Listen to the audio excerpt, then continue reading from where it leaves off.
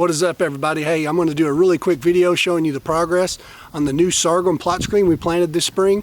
Let's go take a look.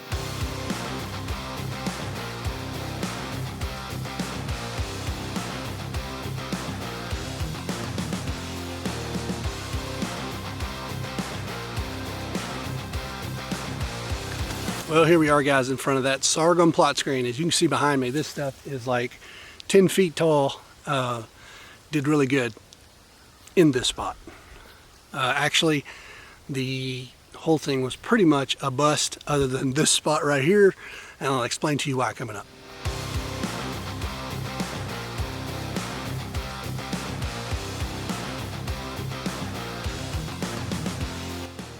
So this is definitely the potential of sorghum. This is what sorghum can do. Well, the downside to this is the only place this happened is in this spot. Of all the screen planting I did, this is the tallest I have. Some of it came in very little and grew very little. The plants are pretty spread out, as you can see, which is a little more spread out than normal. We did not get a good output, but here's the reason why. So the reason why is I got this planted, and I don't know if you watched our other video, but you've seen when we got this planted and put in, we had rain coming. Well, the rain got here all right, and it rained pretty much for a week straight. And in that week, we got 8 inches of rain here. Well, my fear that I talked about in the video came true. I was worried that any low-lying areas were going to get flooded out and push the seed too deep and we would get nothing. And that's exactly what happened. So fast forward about 3 weeks after planting, and we start getting shoots, and I start noticing that there's not very many shoots, and it's only in the areas that are high with any kind of little knoll. If it was low at all, no go. I mean, nothing. The main plot screen here, I'll take you through it. It's real spotty and just sketchy and just not good. Anywhere there is shade, partial shade, 2 or 3 hours a day shade, it affects this stuff. This stuff has to have full sun, which I will say, Egyptian wheat is a lot more tolerant to shade than this is. Now, I don't know that I've ever had this big of stalks of Egyptian wheat. These stalks are really big around, but definitely don't have the coverage like Egyptian wheat. And Egyptian wheat tends to do better in more shady areas. I actually planted the perimeter in the back at the back food plot, and we got next to nothing in growth because it was up to a tree line, and this stuff has to have full sun. So lesson learned. Definitely didn't turn out like I hoped. You know, the spot that we did get it, it's really good. I mean, it's tall, it's not as thick as it needs to be, but it's definitely a good screen. My switchgrass is doing well. My second year switch is doing pretty good. I did have some burn up in that, and I will say we had so June 10th the rain stopped, okay, and the rain just completely quit on June 10th, and it immediately got to the middle 90s, and it stayed there until the 4th of July. And once the 4th of July got here, it went over 100, and it stayed 2 to 3 weeks in the hundreds almost every day. We finally got a rain last week, the first rain in 5 weeks. Everything out here was brown, burning up.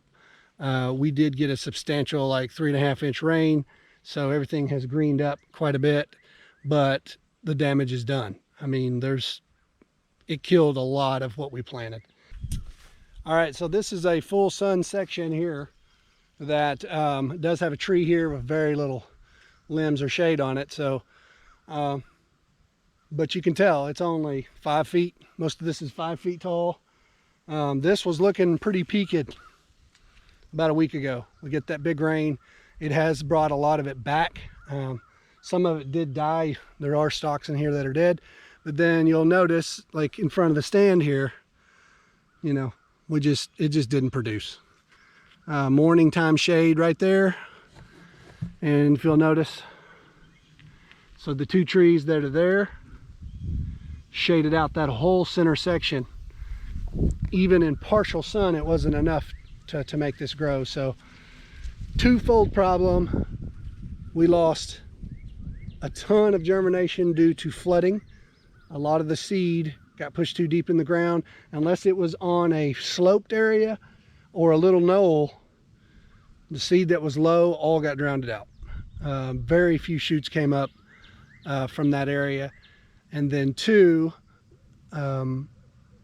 we had a massively hot drought for 5 weeks, to where middle to upper 90s to 100s for 5 weeks straight with 0 rain.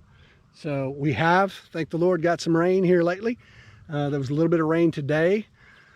So we'll see. Definitely not what I was hoping for this planting. Sorghum was new to me. I've never tried it before. I wanted to try it. We also tried it on Chris's 40-acre project, and a lot of the same. He had better growth, but he started dying out quicker once the heat got here due to the full sun. So, all right, guys. So we're in the big food plot here, and this was the only piece that survived or that grew in that screening that we planted back in the spring. And the reason why, I don't know if you can notice or not, but this is just a little bit of a knoll here, and then this all drops off, and it was too low. When we got all that rain, it pretty much wiped the seed out. Pushed it too deep in the ground. We got 0 germination out of it. I did have a little bit on the upper side there, but it was just a few stalks, and we've recently got the hogs back. And what do the hogs do? They're gonna go straight to the stuff and try to push into it and knock down stalks. And you can see in this one behind me, there's a line through it where the hogs just went kind of rooting up all the stuff. And the few that I had planted on the top side there, they pretty much laid over. So I just mowed this plot. I'm prepping it for the fall plantings, and I like to go ahead when it's hot. You know, you can, when you don't really have much left, you can go ahead and just mow it all out. You know, it'll choke back all your weeds and everything going into the fall. Kind of helps. I will be tilling this up, so you know, I like to try to keep it short anyway.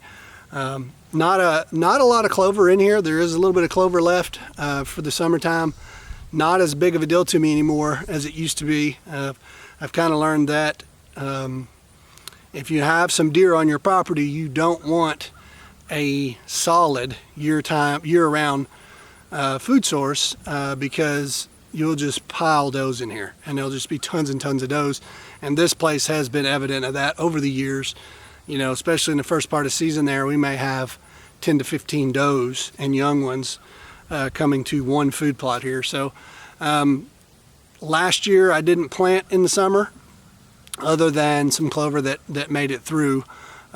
Same kind of scenario last year, except the drought started the 1st of August and went all the way to October. So we actually had 2 months of no rain and hot. So hopefully this year's a little different, and I'm hoping we've got through the severe part of the drought.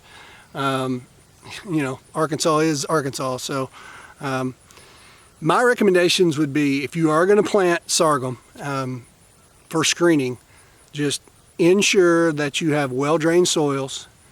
You can't control Mother Nature. If this would have been a 1-inch rain, I think we would have been fine and everything would have come up okay. The fact that we had an 8-inch rain, you know, pretty much caused the biggest issue. And then, you know, the number 2 issue that we can do nothing about is when the rain stops and the heat hits. And, you know, like I said, we had about a 5-week period there, middle 90s to over 100s every day with no rain, full sun. So nothing really survives well. I will say it's bounced back because we got a 3.5-inch rain. It's done pretty well. So I can't complain about it. I actually do have clover coming in, doing pretty good. But, you know, I think going forward, I will not plant sorghum. I will go back to the Egyptian wheat. Seems like the Egyptian wheat is a little more drought tolerant, a little more flood tolerant, a little more poor soil tolerant. You don't have to have super good soil. I think this does really good up north in those really good soils. I don't really want to have to go in and change my pH on a plot screen area. It can be done, but you know, now everything's expensive to do. So I will probably go back to Egyptian wheat next year for screening purposes. However, I will say that I'm transitioning over to the switchgrass, and if you'll notice around my perimeter here of this food plot, I've got switchgrass coming in on about 2/3 side of it. So, and I actually did a frost seeding and a springtime planting of switch on the front side of it, hoping that it's going to come in the next couple years and give me the height that I need. The switch has really done well. It seems to be more drought tolerant. You know, it seems to hold up. And the coolest thing about the switch is that it stands up in the winter. Everything else will fall once you get cold, frost hits, the switch stays standing, so you still got that protection around that food plot. And you know, the goal is to get them deer out there, get them bucks to come out in those evenings, even mornings, both, you know, in plenty of daylight so you can get that shot. So overall, unhappy with the planting, but we're going to make the best of it. Season's coming up here quick. I mean, we're probably 6 weeks away, if weather providing that, you know, we're going to do our fall planting. So that's going to be super cool. We're going to show you guys all of our steps. I'll show you the 40-acre project with Chris Brewer and my place here on what all we're going to plant and how we're going to plant it. And, you know, fingers crossed that we have a good season for that. And if we do, I think it's going to be great. So, you know, we had a bunch of variables against us this year. We had a flood, then we had a drought. Now we got pigs, and now we got this like epidemic of grasshoppers. It's just everywhere, but you know, we take it as it comes. Mother Nature can throw you whatever, but we keep on doing what we keep on doing, and we're gonna keep planting food plots and planting screening, anything that's gonna improve our property for whitetails, and that's what we wanna do. So as always, guys, thank you for watching, and as always, God bless.